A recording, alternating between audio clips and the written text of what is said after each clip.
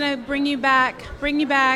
I know Beyonce's playing, you're talking, but we gotta come on back. We have work to do. We gotta talk. Come on, people. Come on. The moderator, Keisha Vinson Sheedy.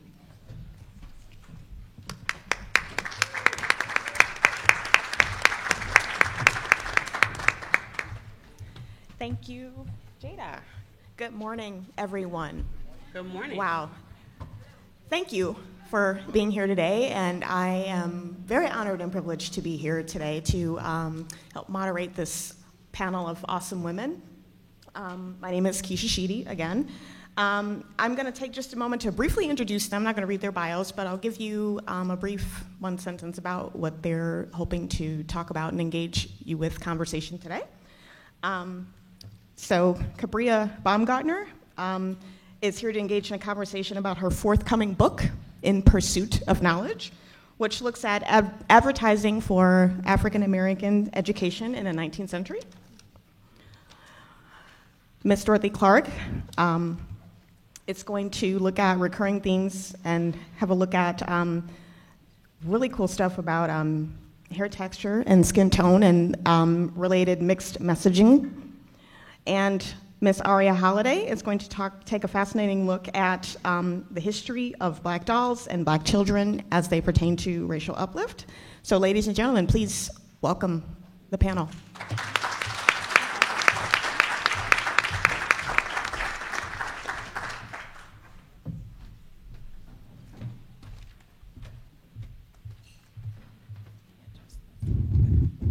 Bring the mic down.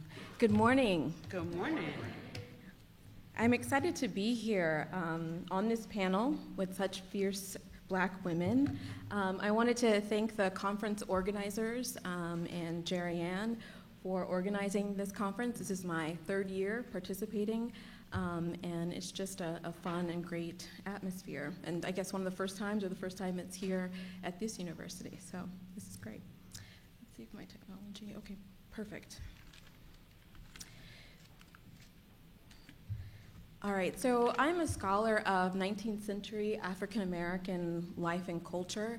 I teach at the University of New Hampshire at Durham. And this book here, I just wrote it, it's forthcoming.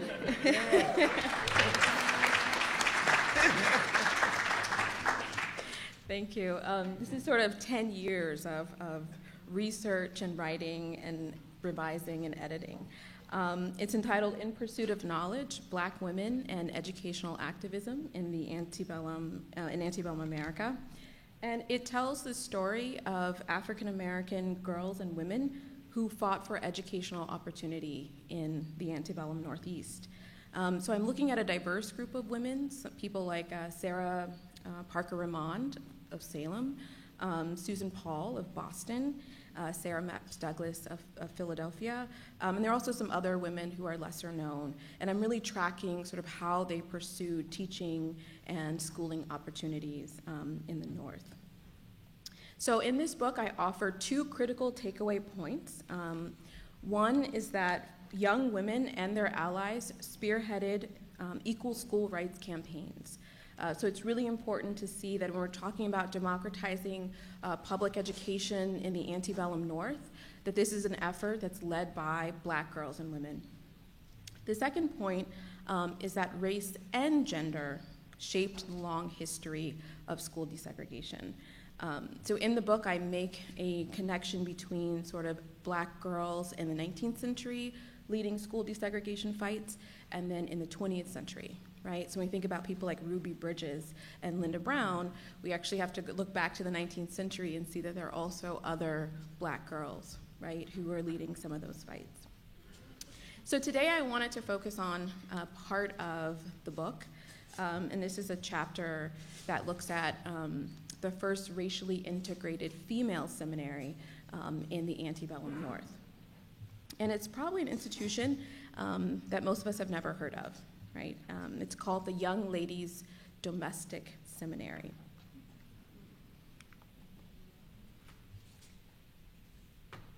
And in some ways, I'm going to be speaking to just the way that the black press in the 19th century opens up a window into the past. This is an advertisement for this seminary in the Colored American newspaper. So this is a New York-based newspaper. It ran roughly from 1837 to 1842, and that's where these advertisements come from. And it's important because if we didn't have these advertisements, it's quite likely we may not know much at all about this particular institution. So based on my research, I've concluded that this was the first racially integrated female seminary in the North. It was established in 1833 by a white abolitionist named Hiram Kellogg, and he was from Oneida, New York. Oneida, if you know anything about that area, this is sort of upstate New York. Oneida Institute was a very popular manual labor college at the time, and right now I think Hamilton College is located there. So this is the area that I'm talking about.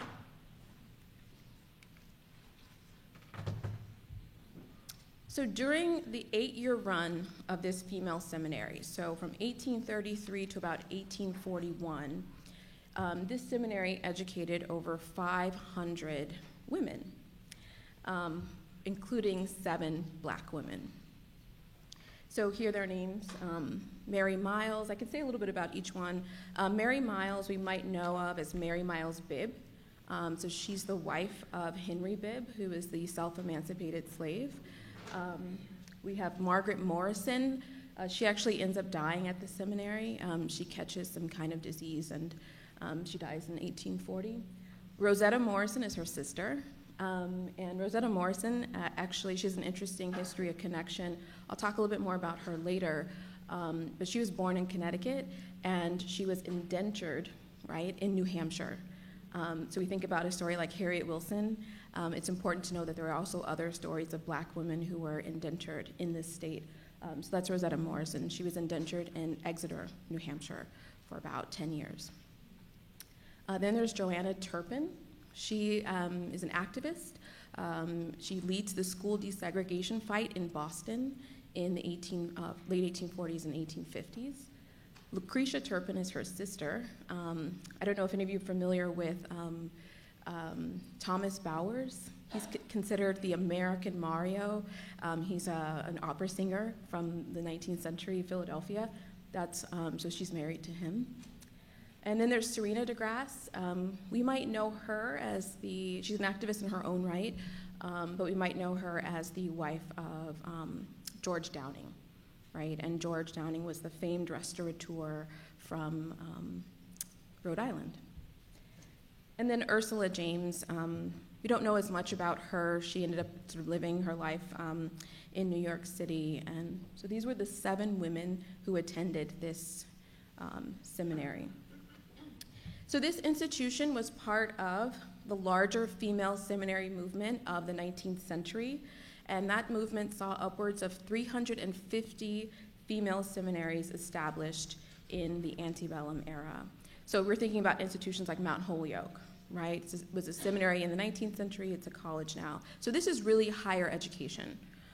Some of these women are a little on the younger side, some of them are 12, some of them are 14 and 16, but this is considered higher education in the 19th century.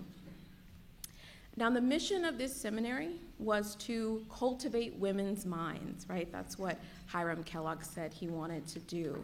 And this is sort of a throwback to the time. He said their chief responsibility was for forming the youthful character and molding the infant mind. Right? So there was this sense that these women would be mothers and teachers, right? That there probably weren't going to be a lot of other opportunities for them. So Kellogg actually combined his curriculum. He looked at manual labor. So all these women had a task to perform at the seminary. So that could be washing dishes. It could be doing laundry. It could be nursing, because students did get sick and they would need nursing. So there were different types of manual labor that these students would perform, and then that would then be combined with a liberal arts curriculum, right? So they would study the sciences. Botany was a pretty popular subject, and they'd also study English literature, grammar, and that kind of thing. Christian principles were also part of the curriculum. So when we think about female seminaries, though, we're not talking about a strictly religious institution. Certainly Christianity is part of it, but we define seminary a little bit differently than we define it today. So female seminaries typically offered a 3-year course of study in English language and literature, arithmetic, geography, history, physics, and ethics. And as I said, botany. And then there are also electives like drawing, music, and French language. So I put this up here because sometimes as students, students think they have it hard. I'm like, you don't know what they were doing in the 19th century. So this is a typical day at the seminary, right? You can see what time they get up, how their days are punctuated by school bells and religious services, meals, recitations, work, right, the manual labor part of the curriculum, and then studying, right? So this is pretty intense. One course, as I said, that students took was botany. So botany is interesting. It has an interesting history when we think about education in the 19th century. It gradually assumed a prominent role in school curricula at female seminaries. And this is in part because botany took girls outside, right, into the fresh air, is how people said. And it trained them to really look for scientific connections among objects in the natural world. And it showed them how to translate those connections into pious lessons at home. So this here is a drawing by Serena DeGrasse. And I think it really is important in part because it places Black girls and women in this discussion of botanical drawings and scientific knowledge in the early 19th century. So Serena DeGrasse is about 16 years old when she arrived at Kellogg Seminary. And the DeGrasses are a very interesting family in the 19th century. They live in New York City. They're involved in Black organizations in New York City, and they sort of ally themselves with the African American community, but it appears that they may have been of Indian descent. So it's an interesting racial politics, but they viewed themselves as African American, as Black, and they allied themselves with the Black community.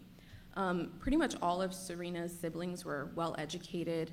John V. DeGrasse was one of the first graduates of, I want to say Dartmouth, but that might actually, I have to go back in the book and look.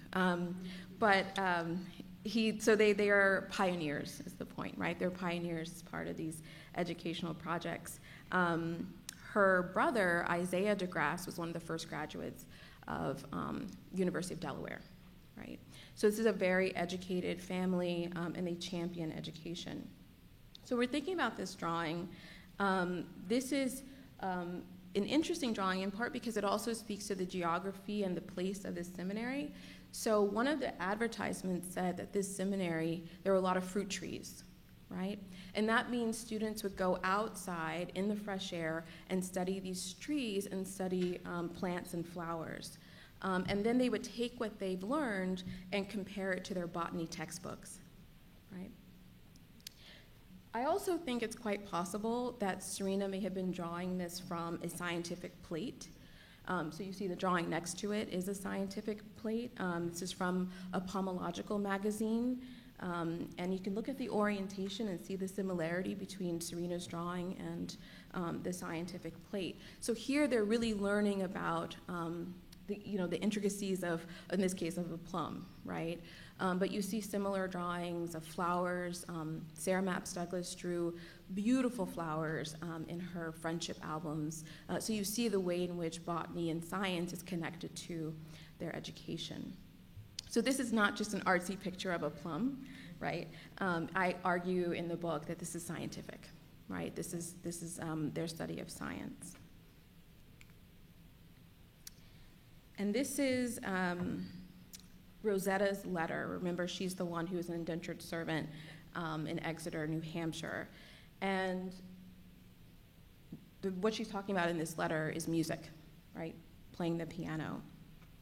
So she was learning to play the piano, the forte piano, Her classmate was Mary Addington, who was a young white woman. She was from Utica, New York. And Mary was teaching Rosetta how to play. And you can see here Rosetta describing the scene in a letter to another friend. And here I'm quoting Rosetta. "If you should have happened to have been there, you might have thought it strange to see white and colored in the parlor together without the least contrast." So what was a familiar sight, if not downright ordinary, at Kellogg Seminary was strange and actually forbidden elsewhere. So this moment is a moment of pure learning where Rosetta is able to break down racial customs, right, and really connect with Mary and vice versa. And also Rosetta was learning and making friends in this interracial environment. So one of the things I was thinking as I was studying this case is what kinds of conflicts might have occurred because you had black women and white women together in this community. And at least in the letters that I have, I find very little discussion of conflict. And I think that's because this institution was an abolitionist institution anyway, before black women arrived. So that means that some of these white women were predisposed to having some kind of empathy for sort of the cause of the slaves, but also for the problem of racial prejudice.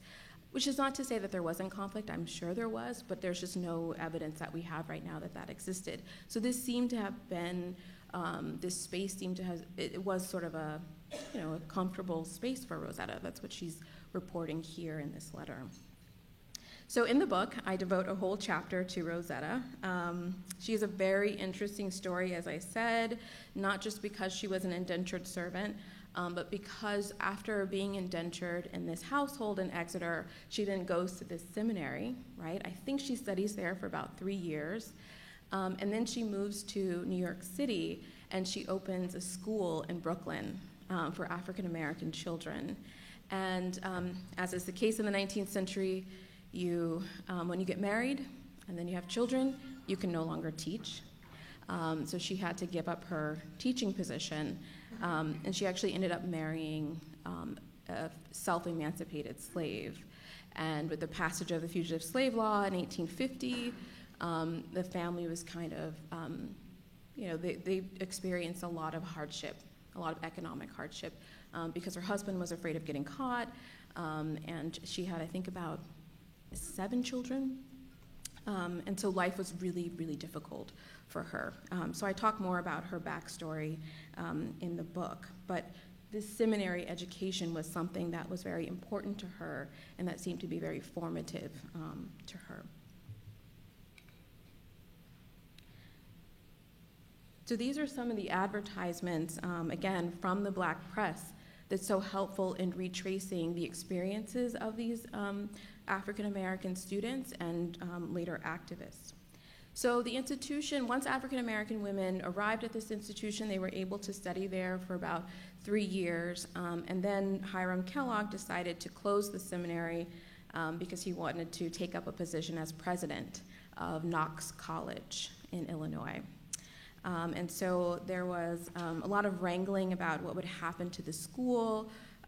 If another proprietor took it over, would they still accept black people, black women, black girls?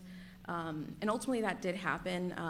The school was taken over by the Free Will Baptists, and they opened it to all people of color and all genders. So it was in that sense an interracial and coeducational institution in the 1840s. In the late 1840s, Hiram Kellogg came back to this area and reopened the institution. And so some people are familiar with it because of Harriet Jacobs' daughter. Her daughter went to this institution for 2 years, 1848 to about 1850. So that's why people have heard of it. But my point in the book is that actually it has an earlier history in the late 1830s and early 1840s. So after the seminary closed in 1841, the first time, Serena was actually able to keep in touch with her classmates. So there are letters. Interestingly, those letters are in Ohio, which tells you a little bit about how archives and materials get collected. So I went down to Ohio and I looked at these letters of Serena talking about her connections and her relationships with her classmates.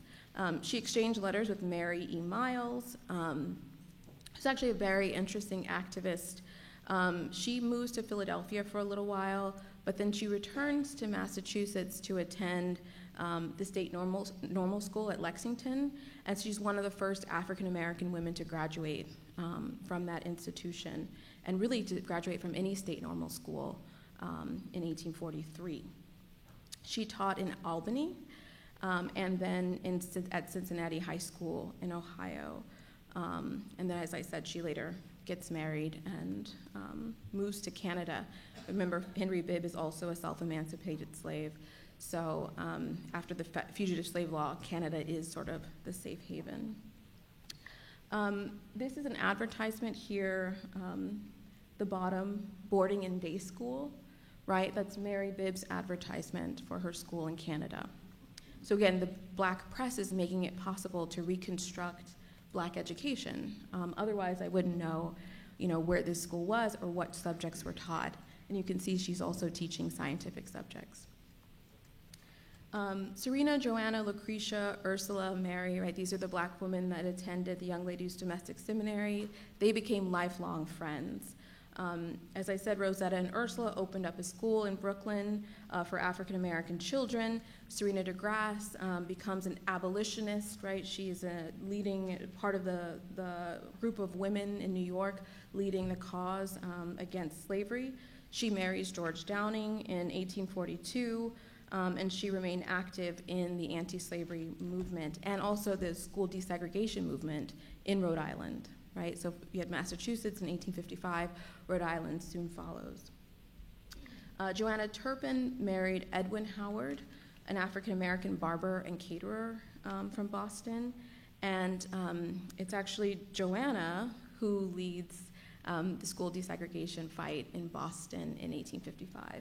And so at the very end in the Liberator, this advertisement, you can see her name listed here, Joanna Turpin Howard. So what I argue in the book and what I argue in this particular chapter is that these African American women believe that education was a fundamental right? And they pushed their way into schoolhouses across the Northeast. Public high schools and then private female seminaries, right? They believed that they had a right to learn. In these newspaper editorials, they tout the benefits of racial integration in public and private schools. And their allies also use some of the same rhetoric in their publications. So the Young Ladies Domestic Seminary was then proof of concept. And I think it's important to put this seminary alongside places like Oberlin College, right? We hear a lot about Oberlin. They've written tons of books about Oberlin. But we don't know about this female seminary, right? And I think that's telling. There was certainly a diversity of experiences among the black girls and women who attended this seminary. But I argue that what they shared was a realization that advanced schooling charted new intellectual pathways on the road to becoming purposeful women. So I use this term purposeful womanhood throughout the book to kind of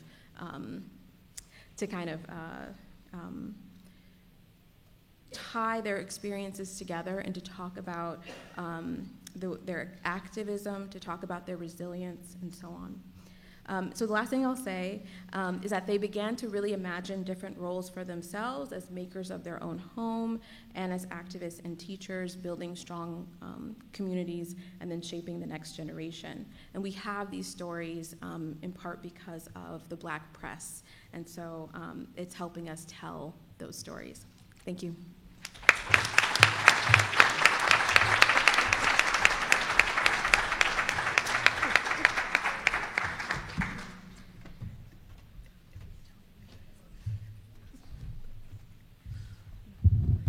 Hi, everyone. Hello. So do I have to manipulate this to get my slides up, or? They got you. Okay, you got it. Okay. I want to start by telling you a story. And actually, it's a fairy tale, and those all typically begin the same way. And most often, they have a happy ever after. Once upon a time, there lived a good fairy whose daily thoughts were of pretty little boys and girls, and of beautiful women and handsome men, and of how she might make beautiful the unfortunate ones whom nature had not given long, wavy hair and smooth, lovely complexion. So she waved her magic wand and immediately gave to those who would be beautiful a group of preparations known from that time, 15 years ago today, and at home and abroad, as Madam C.J. Walker's superfine preparation for the hair and for the skin. So that's an advertisement that was run on the back cover of the first issue of the Brownies book, a monthly magazine created by W.E.B. Du Bois in conjunction with Crisis magazine. His whole idea was to fill a need for children's reading literature because so much of the material in black media, they didn't call it media back then, but in black publications, magazines, newspapers, were so often mixed with reports of lynchings, riots, and other acts of terrorism and injustice perpetrated on African Americans. So that, let me just switch ahead here now. I think this is the, yes. So that's the Good Fairy ad delivering the wonderful products for, well, beautiful girls and pretty boys and all of that. So that ad also lists some of the products that are available, and those are Wonderful Hair Grower Vanishing Cream, Temple Grower Cold Cream, Vegetable Shampoo, Complexion Soap, and Superfine Face Powder, which was available in white, rose flesh, and brown. Now, Crisis started this monthly children's magazine. Previously, they had devoted 1 month of the year for a children's issue, but Du Bois wanted to do this on a regular basis to just give children some literature to read. And the cover here, which is absolutely beautiful, I want a wall hanging of this. It is the issue that came out before the first issue of the children's magazine. So in this, Du Bois announced what was going to be happening with this children's magazine, and he enthusiastically wrote that it will be a thing of joy and beauty, dealing in happiness, laughter, and emulation, and designed especially for kiddies from 6 to 16. It would also seek to teach universal love and brotherhood. He listed 7 tenets that the new magazine would impart as part of its mission for young readers. Here are just 3 of them. To make colored children realize that being, quote, colored is a normal and beautiful thing. To make them familiar with the history and achievements of the Negro race. To teach them a delicate code of honor and action in their relations with white children. And that ad was on the back page of the first issue of the Brownies book. So despite the ratification in 1865 of the 13th Amendment abolishing slavery and the 1868 adoption of the 14th Amendment granting citizenship to former slaves and equal protection under the law, blacks continued to be treated in accordance with the Supreme Court's 1857 Dred Scott case ruling, which was that black people were never intended to be included in the Constitution as citizens. So I look at this uplift ideology, which developed after, well, it actually existed before the Civil War to some extent, but largely developed afterward to enter the American society as functioning, productive citizens. So I view this as a body of doctrine that was intended to solve the, quote, Negro problem, a problem that was not of the Negroes' making, yet it was one that the race took upon itself to eradicate. This body of doctrine was not fixed. Indeed, it had to be ever-changing and ever-expanding in order to counter the many ways that whites devised to ensure their domination at all levels of American society. So this effort of uplift and to seek inclusion in white-dominated society, I think, was both an act of resistance and an appeal for acceptance by the emerging black middle class. On the one hand, we exhibited aspirations of advancement and their refusal to remain downtrodden. And on the other hand, there were aims that we aimed to not antagonize whites while we were doing this. Historian Kevin Gaines notes that there were some black leaders who tended to fight racist stereotypes by emphasizing class differences among African Americans. And that actually echoed these stereotypes. So instead of advancing collective social progress, uplift ideology could also, in effect, undermine progress. So what are the mixed messages? Okay, well,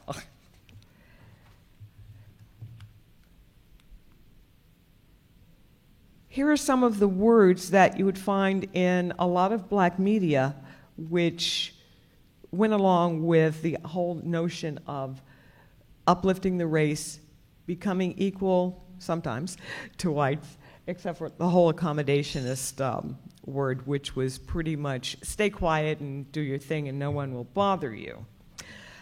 In some ways, uplift ideology was an implicit way for blacks to continue accepting the ways in which whites defined them. So, and these ads, on the one hand, I look at them and I have to kind of chuckle because I say that people really thought this, or this was really, put out there and people bought into it. So there was this kind of notion that whites, in a way, were still defining the images of black people. And for some blacks, straight hair and light skin were badges of having attained class and racial betterment. Then there were this desire and the quest for these outward indicators exacerbated colorism among blacks within the race. Educator and rights activist Nannie Helen Burroughs held nothing back in a commentary that she wrote in The Voice of the Negro, a monthly publication. Her commentary was titled, Not Color, But Character, and it ran in the July 4th issue of this publication. And she castigated folks for having these notions. She said, African Americans have, quote, color phobia, just like, quote, the white folk have negrophobia. What does wholesale bleaching of face and straightening of hair indicate? From our viewpoint, it simply means that the woman who practices it wish that they had white faces and straight hair. It simply says that they don't like their color or their hair. Although she places a primary onus of uplifting the race on African American women, she doesn't spare men from her criticism, and she pointedly states that color phobia afflicted both genders. So here's a very interesting advertisement for Madam C.J. Walker products, which talked about glorifying the race. So if you use these products, you would be automatically uplifted and just raised up, glorified. Some of Madam Walker's ads claim that they were made from secret formulae. and they were especially conceived for the peculiar texture of race hair and skin. They also declared that these preparations renewed the hopes, brightened the future, and increased the self-respect of our entire race. Walker is often called the first black female millionaire. Here's one where she's showing, the ad shows her school, and she had training programs across the country. But maybe she wasn't the first black female millionaire, because there was someone before her, and her name, here's another one, oh, The Promise of Accommodation. And I love the shade you can get this in. Brown, brunette, flesh, and white. Choose a color or shade lighter than your own. So this was Poro. The Poro system was created by Annie Turnbull Malone before Madam C.J. Walker's products. In fact, Malone trained Madam C.J. Walker. More things to beautify with. So this is a sampling of the products that Poro offered. Malone also had colleges and training across the country to get black women to sell these products and to have them in their shops. So there's Madam Walker, and she did quite well for herself, and she did help along other African American women by giving them job opportunities, or I should say opportunities to make money, to be entrepreneurs.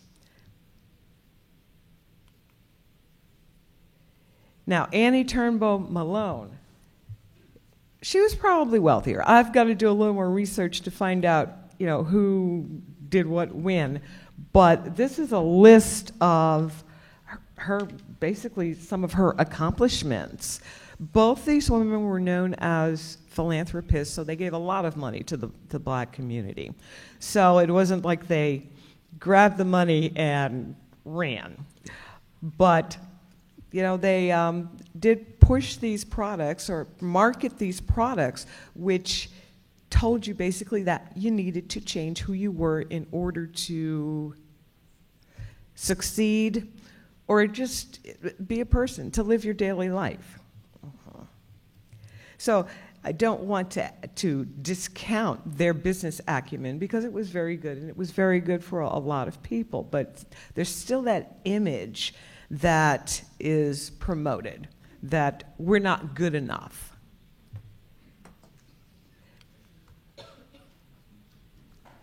Okay, women weren't the only ones who were drawn into this. It happened to men too. And you all, if you've read the autobiography of Malcolm X or seen Spike Lee's movie, you know about the Concholine episode. Called Concholine, typically spelled with a K. This mixture of lye, sulfur, eggs. You could do it at home, you could go to a barbershop, and you always ran the risk of severe chemical burns using this stuff, but you had straight hair. There was a company that marketed its version called Congoline, which kind of has the spelling of Congo. It's spelled with a K. Well, what I noticed that was really interesting is the logo. See it? So that needs some looking into. The logo is KKK. So I don't know what they were thinking, if they were just going Congoline, Congoline, Congoline, or... yes, so that ad is from 1925. The Klan was out there, had been doing its thing for decades. So I'll research that some more. But that was a man thing. And... typically later, men got into it more in the later decades of the mid-20th century on. So,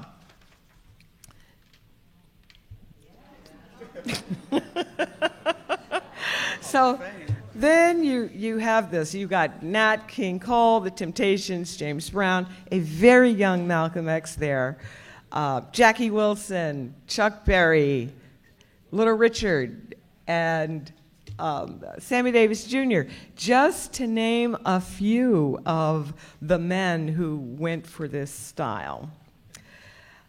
Now, Marcus Garvey. I really loved that statement. I am trying to track down its origin so I can actually document that he stated it. I haven't found it yet, but I will.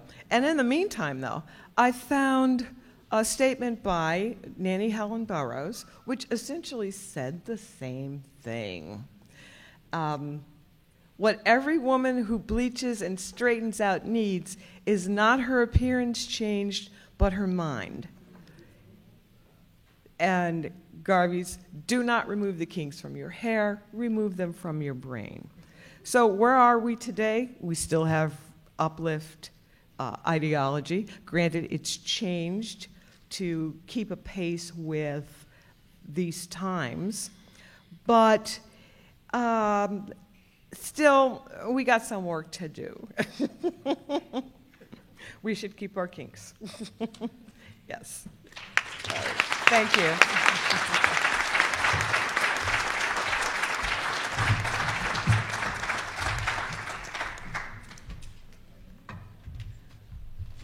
Well, I have to say that set me up because you talked about Garvey. I don't even have to do that anymore. You good.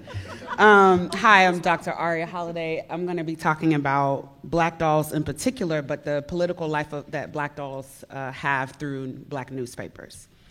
This is an excerpt from a book I'm working on called Beyond Barbie that should be out in 2021, hopefully. Don't hype me up. It still has to be written. But this is an excerpt that I've been working on, so you're the first people to really hear it. So I'm going to skip some parts and work through some things, hopefully. But, nod and say, yeah, even if you don't know what I'm talking about. Thank you.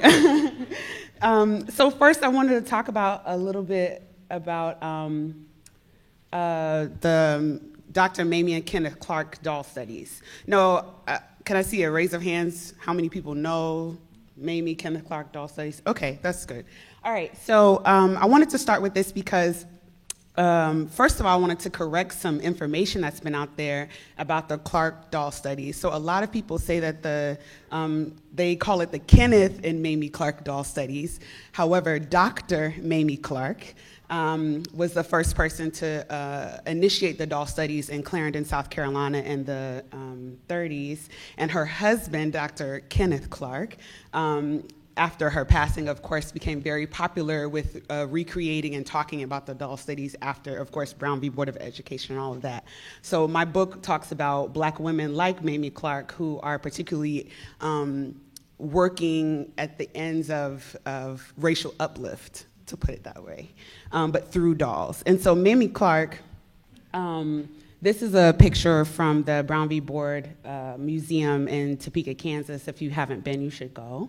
And specifically, the doll studies are interesting because they really only talk to about 253 black children in Clarendon, South Carolina, and in New York City in the 30s. And they asked questions like, which doll is the night? They had 2 black dolls, 2 white dolls. They were identical except for the color of their plastic. And they asked which one's the nice doll, which is the clean doll, which is the one that you want to play with, which one represents you. And usually they only talk to black children, and black children usually had a kind of mental or emotional breakdown right at the question of which one looks like you after they said the nice doll is white, the nice doll is clean, the nice doll looks playful, right? Like all of these words. And so it Robin Bernstein has a book called Racial Innocence, and she talks about the fact that the studies themselves set up black children to have this kind of emotional response, right? If you ask leading questions, we know, right, in a particular direction, kids are automatically going to say, well, yes, the white doll looks nice, and the white, right? But they don't necessarily mean anything about the children's identity around racial concept, right? Whether they feel that way about themselves, they are identifying it with the dolls, not necessarily with who they are. And most of the kids were between 3 and 7. So you can think about children that you know at that age and what they actually know about their own self-concept versus racial concept. So this is the background from what I'm talking about today. So while Mamie and Kenneth Clark manufactured the most famous studies related to dolls and black children in the 1930s and 40s, black dolls had been of particular importance to the project of black racial politics since enslavement. Scholar Sabrina Thomas maps the timeline of mass-produced black dolls by black doll companies, as well as black intellectuals' investment in black dolls for racial uplift. Although other records mark this particular production of black dolls as 1907 or 1908 or even 1911, Richard Henry Boyd of Memphis created the National Negro Doll Company in 1904. This company, along with R.H. Boyd and his son Henry Allen Boyd, worked to bolster the sale of Negro dolls through other ventures like the Nashville Globe, if you know that, black publication, and the National Baptist Publishing Board, which also worked closely with the National Baptist Convention, which, if you know, you ever been to a Baptist church and they have hymnals, those are the people who print the hymnals, right? So somewhere in that book, they also had advertisements for the dolls, right, from the National Negro Doll Company. And in a November 1912 ad from the Nashville Globe, Henry Boyd argues that Negro dolls allow children to learn, quote, race pride and race development that will not result in racial suicide, end quote. His advertising statement acknowledges two major concerns for black folks at the time and still today. One, that children's understanding and acceptance of their racial history and culture is important, and two, the threat of a black child disowning their complexion, their history, or culture, which is something that we've already talked about today. But ultimately, the National Negro Doll Company solidified in a material product the angst that black intellectuals like E. Franklin Frazier, Anna Julia Cooper, Booker T. Washington, and others made clear on stages and in pamphlets. Beyond assimilation and racial violence, black, middle, and working class people across the U.S. were concerned that the ways that black children would inherit the racial struggles would end or advance the race. I'm going to skip ahead a little bit. Evelyn Berry and Victoria Ross established the first black woman-owned doll company called Berry and Ross Doll Manufacturing in Harlem that was later purchased by Marcus Garvey in 1922, and it became the UNIA Doll Factory. While they had a similar mission as the National Negro Doll Company from Henry Boyd, the UNIA Doll Factory contended that the mulatto dolls that the National Negro Doll Company manufactured were not representative of the race and did not bolster racial pride, especially for dark-complexioned people. If, as Boyd argued, objects like toys taught children higher intellectual development, Garvey and the UNIA Doll Factory were disturbed by the lack of intellectual development for dark-skinned children, since they only sold light-complexioned dolls. So for UNIA, darker dolls promoted acceptance of, quote, African roots as elements of children's racial pride, whereas the fair complexion of the National Negro Doll Company's dolls implied an acceptance of miscegenation as a pathway to racial progress, which we've already talked about today. The doll's complexion alone was imbued with social and political importance for children's development as racialized citizens and as black people in the U.S. The most resonant example of doll complexions as political warfare in the project of racial uplift, though, is in the development of Sara Lee dolls. The ideological child of Sara Lee Creech, a white woman from Florida, created these dolls produced by the Ideal Toy Company in 1951. So I'm skipping ahead a little bit. But according to Zora Neale Hurston, these were the anthropologically correct black dolls. Developed from over 1,000 pictures of black children, Sara Lee dolls represented a major shift in toy production based in white stereotypes and attitudes of black people. As a white woman, Sara Lee Creech was able to get the support of Mrs. Eleanor Roosevelt, who we talked about yesterday, Zora Neale Hurston, Ralph Bunche, Lester Granger, Walter White, and historically black college and university presidents from Atlanta University, Dr. Rufus Clement, Howard University, Mordecai Johnson, Morehouse College, Dr. Benjamin Mays, Morris Brown College, Bishop Richard R. Wright Jr., Bethune-Cookman College, Marion McLeod Bethune. All of these people were involved with the creation of the Sara Lee doll. And ultimately their campaign, their advertisements all said that they were looking for the ultimate Negro doll. So yes, we have a picture here from the National Museum of Play in Rochester, New York, who you should also go. They have some of these as well if you're interested.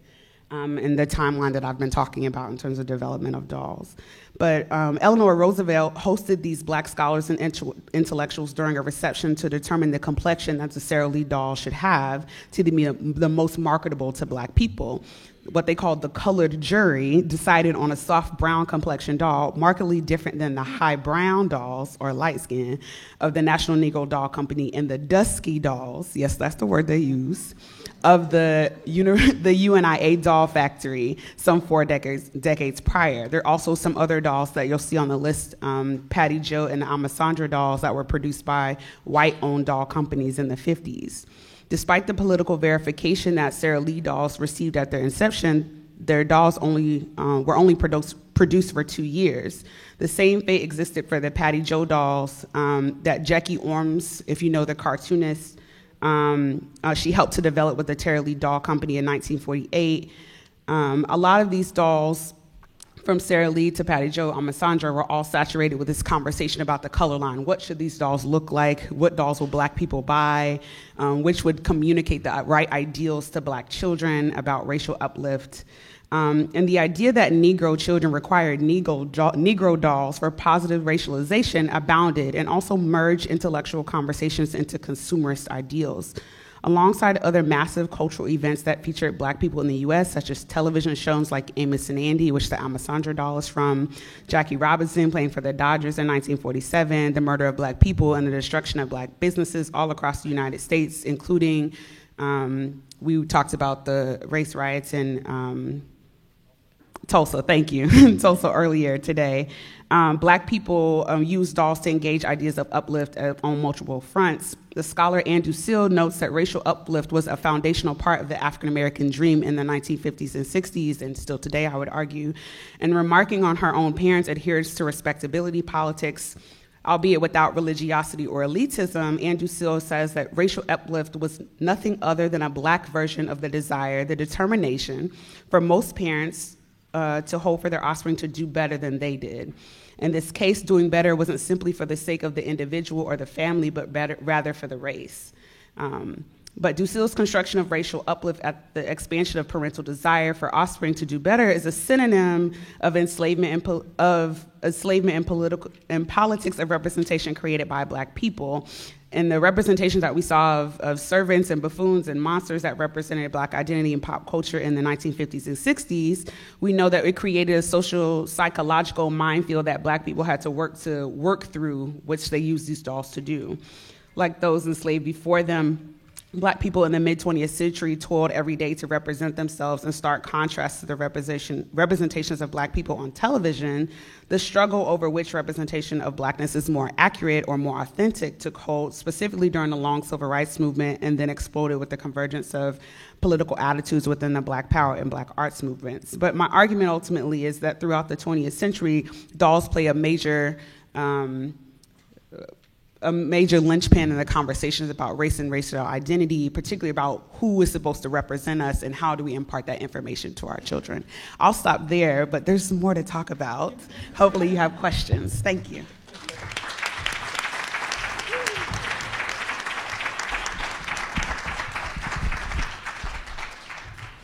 Thank you for, I'm sorry. No, I'm sorry, I forgot. I had extra slides in case you were, can you go back? I'm sorry. So I really focused on what we were talking about in the early 20th century, but they're all dolls that I talk about in my study. That there's the Shadana Toy Company that comes out of the Watts riots in the 70s that starts making these other dolls, the Malika doll and Wanda that was a precursor to Barbie. And then Shindana also got a lot of money, about $200,000 from Mattel. So I write about what that relationship was like if they're getting gifted funds from Mattel that then eventually become their own dolls. Mattel started making black dolls in the late 1960s. Of course, they have Colored Francie that they only released in the UK. And then the Julia doll, we have to, of course, bring Diane Carroll into the room. In her recent passing, the doll was created in her likeness.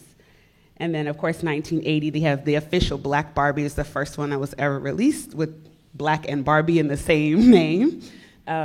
By Mattel, and as a Black woman, Kitty Black Perkins was involved. And then we have the 2009 re-release of the doll. And then I'll stop with the Shawnee dolls, which Kitty Black Perkins also created in 1991. They had In Vogue and sing the Black National Anthem or the Negro National Anthem at the Barbie release. And then Stacey McBride Irby helped create the Sew and Style dolls from 2009. So just to give you a longer history that I write about throughout the book. That's all. Forgot about that. Thank you, panelists. That was amazing. And what I gleaned from everything that you have said, just to piggyback off of what Aria said about the desire and determination for better. And I think there was a theme of that throughout everything that our panelists shared today, the desire and determination for better society and for your children to have a better life to thrive. So some very interesting perspectives that we've heard. Thank you. So I guess it's time for questions.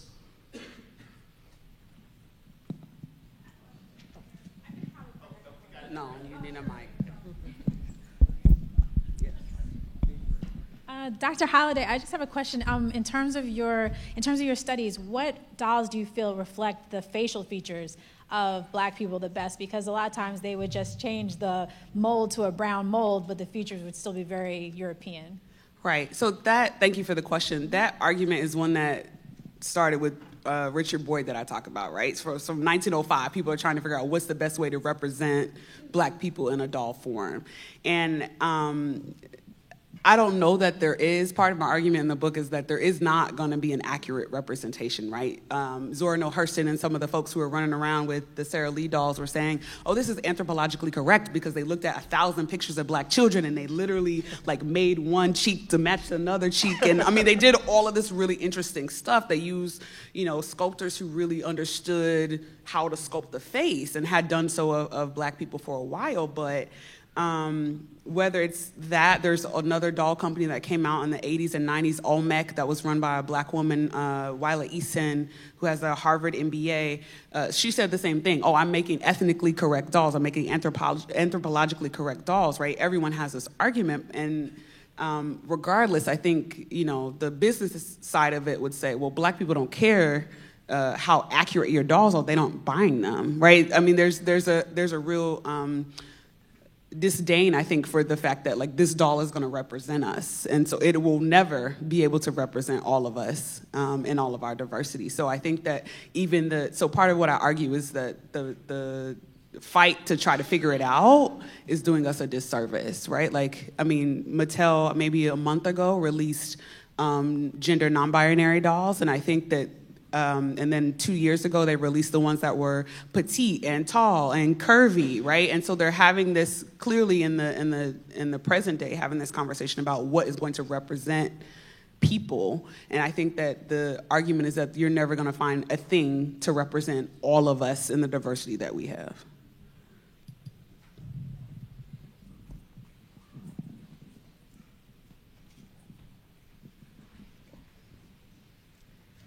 The emphasis seems to have been on Black dolls for Black people.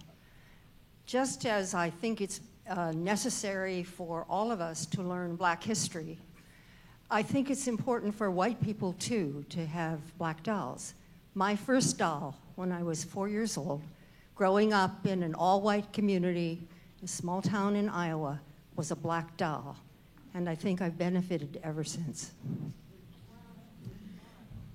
I want to add to that point that I think that is exactly why a lot of these dolls became very popular. It was mostly white parents who were buying the doll for their children, but also Elizabeth Chen, who's a scholar who talks about, the book is called Purchasing Power and why black children buy certain things, right? And she talks about the fact that many of these dolls, although people created them with the idea that they're going to be for black children, were not even sold in their communities, right? So if you go to you can go to Walmart down the street here, and you think about all the large, like, black hair industry that's across the globe, and the aisle is 2 shelves, right? And so if you talk about what's actually available to black children in the communities in which they live, we might have a very different conversation when we're talking about dolls. And some of the kids, and then, Elizabeth Chen talks about the fact that some kids don't want to play with black dolls. They know what black hair feels like. They don't want to play with that.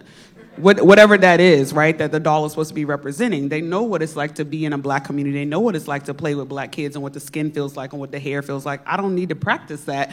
I want to play with straight hair where I can do whatever I want. I chop it off and do it, right? Like, so there's some other things that I think scholars have not figured out necessarily about how to produce things for children, because we're also trying to imbue it with all this adult information that I think misses some of the mark, to your point.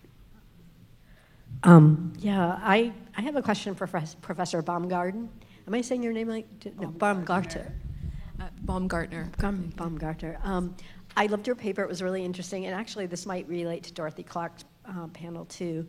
I'm Martha Cutter, and I work in the 19th century, too. And so I was really fascinated by the discussion of science and the botany drawings. And I don't know if you know Britt Russert's great book, Fugitive Science, but she talks about this idea of science in the 19th century as a space both of trying to inculcate African-American inferiority, trying to fight back against that, and also performance. And so I was also thinking about, the science between hair straightening, if there's science there or whatever. But I mean, more for you, this question of how science itself becomes a really important arena to try to take power back from the dominant culture, which is trying to use science to prove inferiority. And then maybe that gets into questions about hair straightening. I don't know if that's ever marketed as a science or not, or as like a scientific process. I'm not really sure about that. But my question was primarily for you and the idea of science at the seminary, which was really fascinating to me. Right, so a lot of these female seminaries had a scientific curriculum. What's interesting, I don't know if I said this, is that most female seminaries excluded black women. So what's interesting about the Young Ladies Domestic Seminary is that you have black women who we know are studying science and these scientific subjects.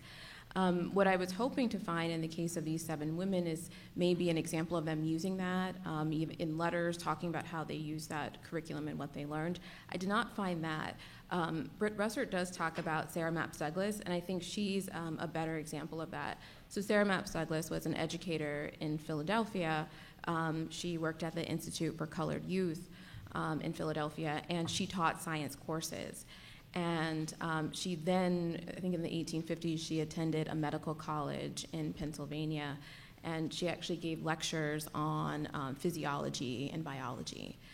So these scientific lectures were very important, not only for her to build knowledge, but then to share that knowledge with the wider community. So she was going out into churches giving these talks.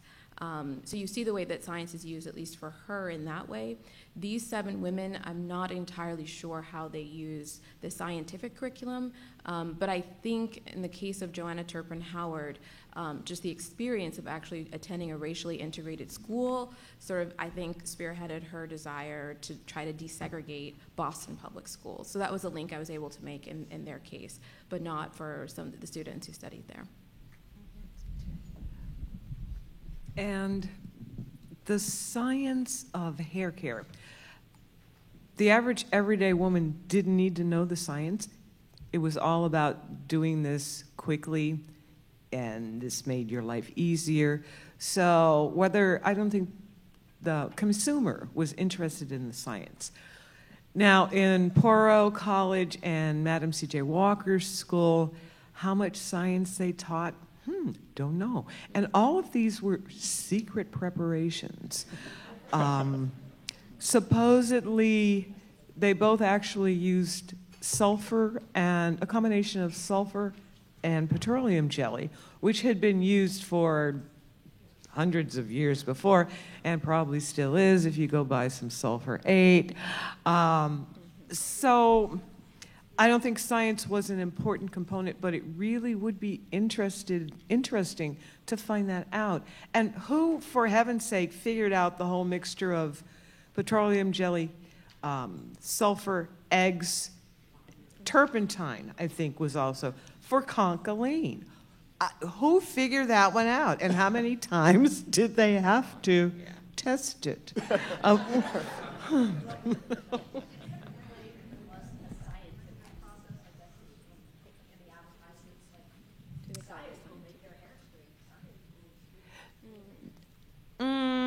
It hinted at that a lot, so that it made you feel that it was safe. I have a question for Dr. Baumgartner, but I also want to comment. I know that in the 50s, my mother gave me my first Tony perm when I was 18 months old, which was a very harsh preparation of ammonia. I don't know what, because it was to get your little girl curls. I had straight hair. That was not as good as curls. My question is, in your study of the 7 women that went to seminary, the 7 women of color, was there any evidence that they sustained long-term friendships with any of the white women? Yes. So thinking about the drawing of Serena DeGrasse drawing the plum, so that was actually, I found that in George Downing's papers at the Moreland Spingarn Center. And that drawing was in the family, and Serena had apparently given that to a white classmate who was a dear friend of hers. That classmate was named Lorraine, and so Lorraine kept it. And when Serena passed away, Lorraine sent that painting to Serena's daughter, and so that's how we have it. In the book, I talk about some of the white female students visiting the black students in New York City. And the way they talk about racial prejudice, it was amazing. Like, they really learned what this was about, how harmful it was, the suffering. One of the white students said that Clinton was kind of a refuge. It was a really unique space, and they realized that outside of that space, black women were treated poorly. And so these are comments from white women. They exchanged newspapers. So Rosetta Morrison sent a copy of The Colored American to a white female classmate. And I have the letter from the white female classmate talking about receiving this letter from Rosetta. And she sent it because her school was in it, the advertisement for her school. And the white classmate was very happy, but also a little jealous. And she said something like, I just haven't figured out what I'm doing with my life, but I'm glad Rosetta figured out what she's doing with hers. So they absolutely had long-term relationships and connections after they left the seminary. I have a quick question before I pass. You want to do over there? I'm just curious about this whole notion of this juxtaposition of these racial uplift writing right next to these, these ads that are anything but racial uplift. And when I'm thinking about it, the whole term that comes up to me is we can't use the master's tool to dismantle the master's society. So, I mean, if you have those those two conflicting notions next to each other, it's just blowing my mind. And it gives me the notion that how do we actually change this narrative? How can we actually move beyond it? That was one of the things that astounded me. It's, like you say, on the one side you've got racial uplift, and granted there were many brands of racial uplift, but then to, see an ad like this, part of it is the time, and as I work to keep my presentism out of this, truth was, first of all, newspapers had to make money. There were the ads. But also, lighter skin, straighter hair were badges of having attained something. I don't think they are today, at least not like they were in the past. So, and then there was also the whole issue of passing, which, you know, if you could do it, if you psychologically wanted to do it or needed to do it, you did it. And I fully understand that. I mean, from a practical standpoint, if you can go out into the society that denigrates and denies opportunities to people of color, if you've got this tool you can use to bypass that, why not? Especially in that age. And it doesn't seem right to us today because we've overcome a lot of that, especially with Black Pride movements of the 60s. So back then it was a really psychologically a different age. Mm-hmm. I just want to add, I write about a newspaper in Chicago called the Chicago Bee, and it was owned by Anthony Overton, who you might know from other things, but there were specifically Black women who I write about, Catherine Williams Irvin and Olive Diggs, who both were editors of the paper. And I write about the fact that some of these advertisements alongside some of these editorials were about how do we position ourselves as modern women. I'm specifically talking about women and what I do, but I think that much of the use of products, whether it was to lighten your skin or straighten your hair, to do whatever it was, using these things, being a consumer, right, was a positioning of yourself as a modern person, right? You have to think about prior to 1905, there are very few Black people who had any kind of wealth to do anything, really. And so being a consumer and being able to buy the products, whether you use it every day or you never used it, just to say that you went to Pearl College and you had some stuff, right, is the positioning of class and importance that I think that we as a people were very invested in at the turn of the 20th century when we had nothing and we had very little to say that, like, I own something and I had something. This was a way to say, well, I used Pearl yesterday, girl, and so, check me out, right? And I think there are, like, we don't have those same attachments to those particular types of performances, but we do have those attachments, right? Like, we know, and I'm talking about Black folk, we know a sister whose hair is not laid properly, and we will talk about her and help her sometimes, right? But we will also say, well, she needs some Afro sheen, she needs some, right? There's something, right? There are ways that we tie consumerism, which is what I argue in all of the stuff that I write, that we tie consumerism to Blackness, and that is, if you go back to Alain Locke, that's a particular type of new Negro-ness that we were invested in at the turn of the 20th century. And so I think that the advertisements and the editorials go together in saying, look, we both have to read and we have to buy. These things are going together. We have to be a part of this narrative about racial uplift in what we write, but we also have to be a part of the market. We have to produce things. We have to buy things. We have to show that we are industrious and interesting and we are going to be modern citizens in the way that white people are. And I think that those things go together, and that's how you get a newspaper that's doing all of that at the same time. I have a question about gender, and generally dolls are given to girls and boys are given toy guns. And I think even nowadays, parents get worried if boys want to play with dolls.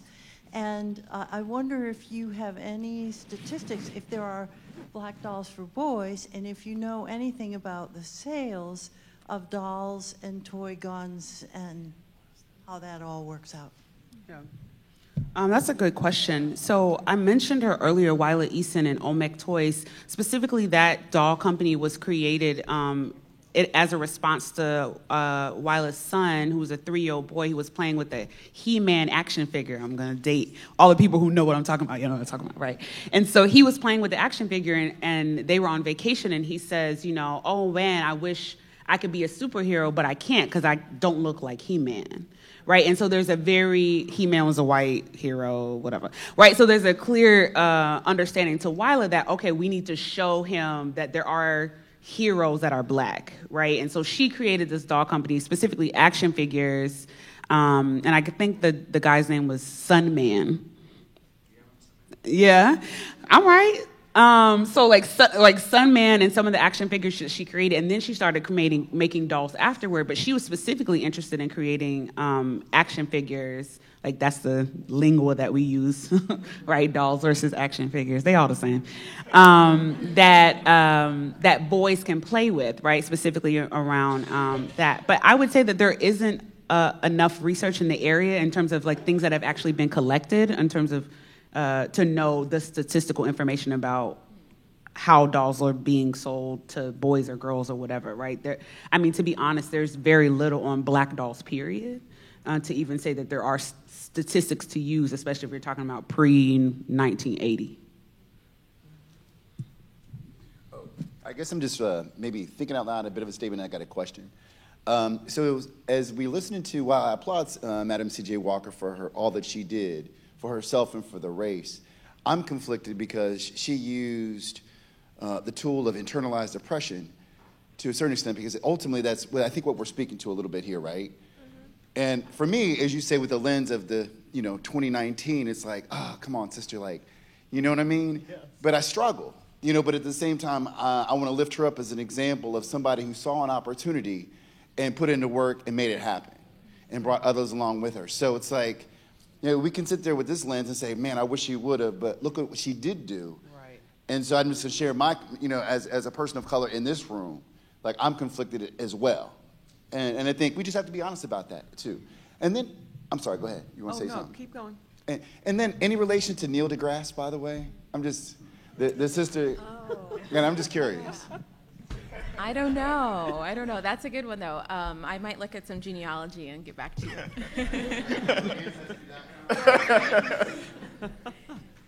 You are right. It's very conflicting. Looking at all of this stuff and putting it together was very conflicting for me. So it's a deep psychological stuff where, you were downtrodden. And a lot of what was used to keep you there was your physical traits. And you can't get rid of those. I mean, so here you are in this body. And that, in part, shows how white supremacy controls black bodies. It tells us what the standard of beauty is, how it should look. And if we don't measure up to that,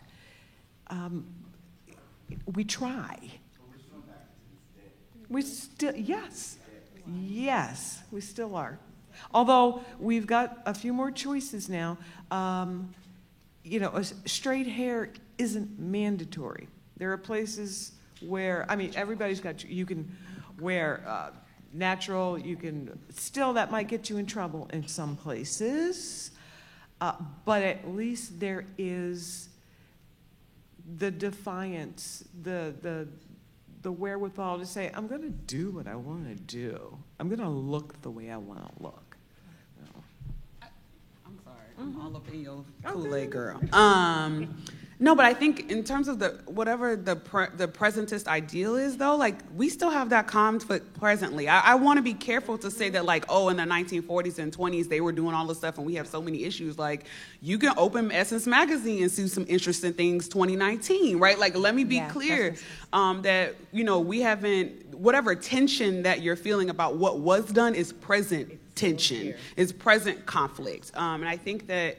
A lot of times, and I have a sociologist friend, Candace Robinson, and we talk about this all the time, about the ways that black community has tied itself in certain ways. And so in all the ways that we talk about not wanting to invest in the ways that physical phenotype means something, creating dolls and saying that they're anthropologically correct and they have big lips and a big nose and hair that's kinky like a Brillo pad, it says it in the advertisements, right? We are also invested in blackness being a particular thing. And so if we are as conflicted as we say that we are, right, we also need to unbound ourselves from the ideas of blackness is X, Y, or Z, or whiteness is X, Y, Z, right? Because those things, white supremacy is all those things. It handicaps all of us, right?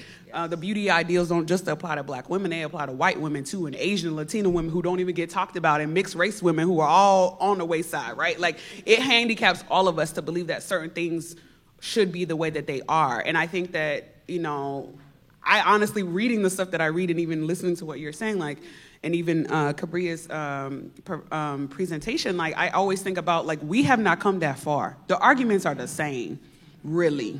They really are. I mean, Booker T. Washington and Du Bois is having the same arguments that we still having presently. So it's not past tense.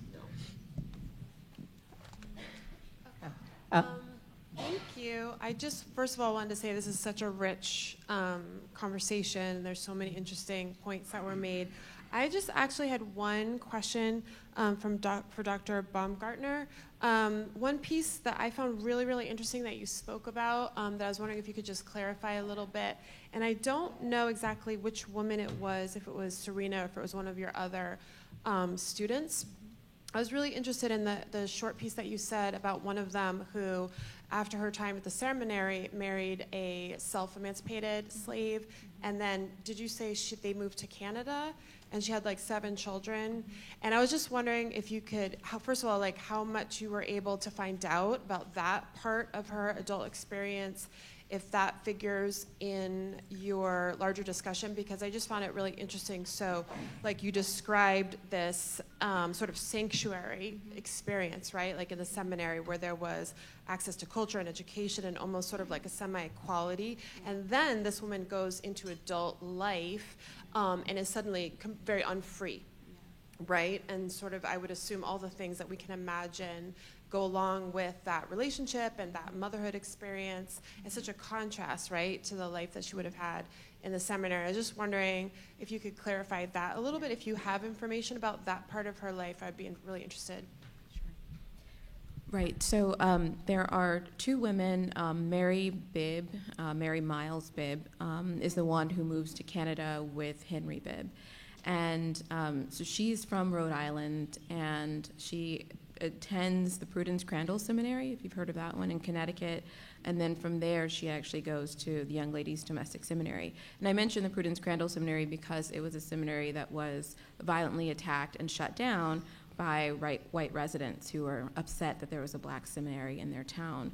So she actually had that experience of having to fight for her education in the middle of sort of fighting for her life. So they had to sort of flee that seminary. In some ways, it's similar to Noyes Academy here in New Hampshire, too, that history. So she marries Henry Bibb, and because of the fugitive slave law, they moved to Canada, and that's where she opens up her school. She actually has her own newspaper, Voice of the Fugitive, that she publishes there along with Henry. She ends up moving back to D.C. in the post-Civil War era, and is an activist in D.C. The other woman is Rosetta Morrison. She was born in Connecticut. She's the one who's indentured in Exeter, New Hampshire for 10 years, then goes to the seminary, returns to New York, and marries also a self-emancipated slave.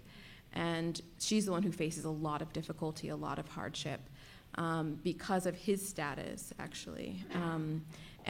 So I talk about her and I profile her experience in the 3rd chapter of the book. And the bigger point I want to make is that education is not always the answer. Right, because she has this great education, she has this culture, but it was actually these larger social forces around slavery that make her life really, really challenging, right? What's interesting is that almost all of her daughters become teachers in the New York City school system. So there's a way in which she's passing down this legacy of education, but she doesn't really get to experience the benefits of it. She actually ends up working as a washerwoman in New York City later on in life. So they're fairly poor. So it's a sort of a sobering moment when we think about education. It's not always a triumphant story. And that's what I wanted to convey in the book. Thank you for your question. I'd just like to give a comment about that sometimes we have to be careful not to generalize too much concerning black dolls. When I was growing up in Roxbury, our first choice, was to buy black dolls, and it was readily available. We'd go to Woolworth, Kresge's, Raymond's, and it was all in the black community. And they had not only black dolls, but they had Hispanic dolls. I remember having the Barbie doll, the dashiki dress, and the Julia doll. And I think part of it was that we didn't have all this technology, so we role play a lot. And so if we were playing house and everything, we knew we weren't going to have a blonde baby, a blonde white baby, and we wanted to have a baby, you know, we're going to have a baby, it was going to be realistic. And also, I think it was kind of unique in our community because the girls and the boys would get guns. In that day, guns wasn't a big deal, and so the girls would have guns, they have bullets, and then they have the doll, and then and the boys would play. You know, you'd be the father. You take care of the baby, and it was that kind of thing. So it wasn't that kind of situation where, you know, we'd have issues with who was going to have the gun or and all that, and even the girls were playing soldier. And another thing, I feel that in a lot of ways that in this era, which I feel really like a fish out of water in, that we've regressed. You know, I think that we're going right back to the way it was as far as having that, you know, at first feeling upliftment, you know, within the community, and then at the same time taking on the characteristics and feeling a sense of beauty that's dictated by a dominant culture. And all you have to do is look in the media, look at the commercials, that when you have black families in commercials, the kids are light, or they have curly hair, right. or it's a mixed family where it's a white male and a black female with mixed kids, rather than, at one time they used to have the Cheerios commercial where they actually had a dark-skinned family and they were happy and they were in a house like everybody else. And now it's like, in order to be happy and be in a house, and you have to be married to a white man or vice versa. Right. And so it's starting to go, you know, not saying that I have nothing against mixed heritage families, but that's what you're seeing, that in order to be superior or acceptable, you have to be, you know, a part of a mixed family, you know, rather than, you know, and so I think that it's sending subliminal messages out there. You know, Beyonce, she was dancing and she had a little tam, no offense, Beyonce, but had the Black Panther beret and all that. I was born in that era. You know, and to see that, her dancing around, you know, with the beret, and then she has the blonde hair and everything, and if you, all you have to do is look at BET, you know, look how black people are portrayed there. Everybody's having the fake hair, you know, you know, it has to be straight, it has to be blonde, or it has to be half blonde or whatever. So I'm just saying that I think that it's, you know, it's going backwards instead of forwards, especially since they have this null curriculum where they're not taught about themselves and they're not portrayed and represented in their curriculum in schools. Cool, yes. Mm-hmm. We have time? Yeah. I think that's kind of a like. Thank you, everyone. That's a bold way to end that conversation.